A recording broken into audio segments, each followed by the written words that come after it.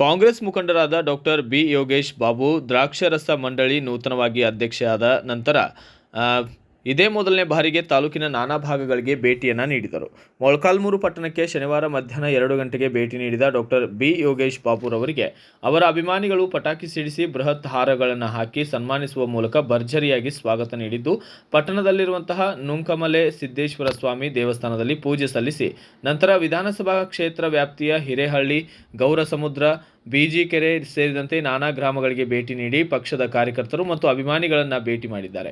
2023ರ ವಿಧಾನಸಭಾ ಚುನಾವಣೆಯಲ್ಲಿ ಮೊಳಕಾಲ್ಮೂರು ಕ್ಷೇತ್ರದಿಂದ ಕಾಂಗ್ರೆಸ್ ಟಿಕೆಟ್ ಆಕಾಂಕ್ಷಿಯಾಗಿದ್ದ ಡಾಕ್ಟರ್ ಬಿ ಯೋಗೇಶ್ ಬಾಬು ಅವರಿಗೆ ಟಿಕೆಟ್ ತಪ್ಪಿದಾಗ ಅವರ ಅಭಿಮಾನಿಗಳಲ್ಲಿ ಸಹಜವಾಗಿಯೇ ಸಾಕಷ್ಟು ನಿರಾಸೆ ಉಂಟಾಗಿತ್ತು. ಆದರೆ ಇವರ ಪಕ್ಷ ನಿಷ್ಠೆ, ಪಕ್ಷಕ್ಕೆ ಸಲ್ಲಿಸಿದ ಸೇವೆಯನ್ನು ಗುರುತಿಸಿ ಇದೀಗ ನಿಗಮ ಮಂಡಳಿ ಅಧ್ಯಕ್ಷ ಸ್ಥಾನವನ್ನು ನೀಡಿರುವುದು ಅವರ ಅಭಿಮಾನಿಗಳಿಗೆ, ಕಾರ್ಯಕರ್ತರಿಗೆ ಸಂಭ್ರಮ ಉಂಟು ಮಾಡಿದೆ. ಈ ಸಂದರ್ಭದಲ್ಲಿ ತಾಲೂಕಿನ ಕಾಂಗ್ರೆಸ್ ಕಾರ್ಯಕರ್ತರು, ಪದಾಧಿಕಾರಿಗಳು ಹಾಗೂ ಅಪಾರ ಸಂಖ್ಯೆಯಲ್ಲಿ ಅಭಿಮಾನಿಗಳು ಕೂಡ ಭಾಗಿಯಾಗಿದ್ದರು. Bureau report, PM Gangadhara, Bharatha Vaibhava news, Molakalmuru. Thanks for watching.